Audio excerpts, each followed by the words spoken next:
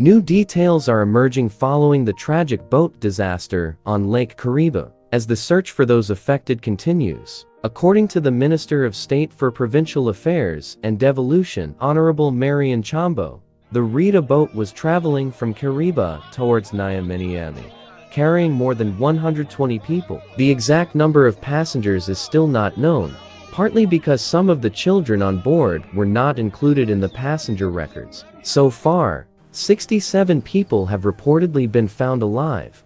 10 of them are receiving treatment at Kariba District Hospital, while others are being assisted at Mahambacombe Primary School. The search has also recovered 37 bodies so far. 13 were recovered yesterday, while another 24 were recovered today. The search operation is continuing, with 27 divers, members of the military sub-aqua team, and other freelance divers involved in the operation. The government has also requested that the tragedy be declared a national disaster, with officials comparing its magnitude to some of the country's previous major disasters, including Cyclone Idai.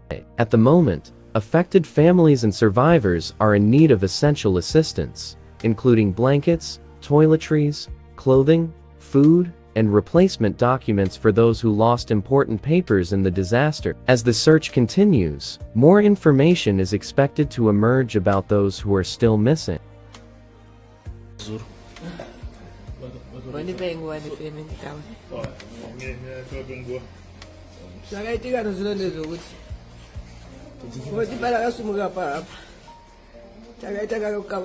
Takamuudza na driver tikamuti wevhiye haina kuchipa ngekuti takati tichisumuka wevhiye yakarova mvura ikapinda mukati kukadonha rimwe bhegi tiri pahapa tikakakavadzana nadhiraivha tikati iwe wevhi ririumu harina kuchipa akati akuudza kuti wevhi irori harina kuchipa ndiani ndimi dhiraivha here ndimire kaputeni chinyararai ndobva tafamba tasvika pakati handiziva kuti ndepapi mabhegi atanga kubuda nepapi nepashure pebhoti paya paya tikashedzera dhiraivha tikamuti iwe onei mabhegi nemadhishi ari kubuda murume uyo akaramba atichiitisira nharo tapamba sina kuwirirana akati takuudza kuti nyararai hapana wevhi tinosvika kwatiri kuenda ndobva tafamba tanyarara tichiona masikadhi ese zvingwa zvichingobuda bhoti ratanga kudii kurereka ne1 side ndobva tafamba tasvika pakati haninyatsopaziva semunhu anga ndobva tati iwe tengi wane rinenge riri kupinda mvura ona taakudi taakunyura akabuda futi akati akuudza kuti maakunyura ndiani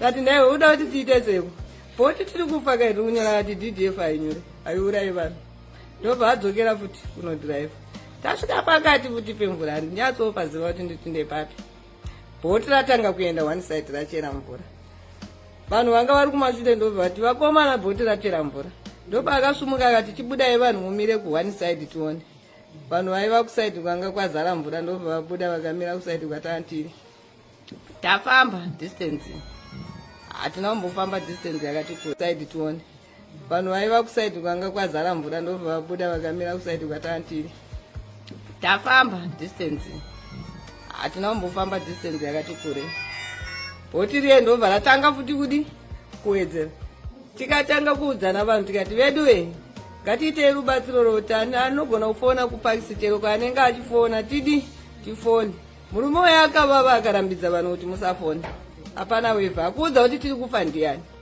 saka isu taona kuti panapa paita njodzi taakuti taakufa no life jacket yakatipa apo anga akagarirwa malife jacket ayemunyika tavanhu kuti ndopatakazoita nharo dzokuti isu munhu ane foni chera ane paanoziva foni nhamba dzokupakisa ngaafoni tichifona kudaro iye anga achifamba anga achituka tatisingawirirani patakazosvika pakati pemvura hamene kuti chakaitika kuti ndeakadzima here bhoti ndopatakazodzima injini because kwakatanga kudzima injini 1 pataine tsano akati tinofamba ne1 injini pakazopedzisira kudzima iri injini taakuona kuti bhoti riye raakunyura pandopa vatanga kuvhivirana vega kuti malife jacket vamwe havana kuwana mukana wekuti vaone malife jacket vanhu taibuda nekusaidi kwankwadi kwasara kuti bhoti riri kudubuka hatizive kuti taibuda nemumanhingere pakubuda chete akunyatsokuona kuti takabuda sei. Kunyangwe malife jacket akazobata vamwana tina kuona kuti chii chakaitika. Ndimwana akati vanhu vawane malife jacket ivo vari mukati memvura. Ndofunga takadhonza 30 minutes ndopatakazoona bhoti munenge bhoti rokutashinga richiuya. Taakutodaidzira kuti iro bhoti iro riri kuuya kunoku. Pane mukadzi wana akaita nharo akazobata nenge wokutashinga. Ndaakazotibatsira kuti tinunurwe. Saka ipapo takadhonza 1 hour tisina kuti tisina kumbobatsirwa, vanhu vachirarama nenyasha dzaMwari.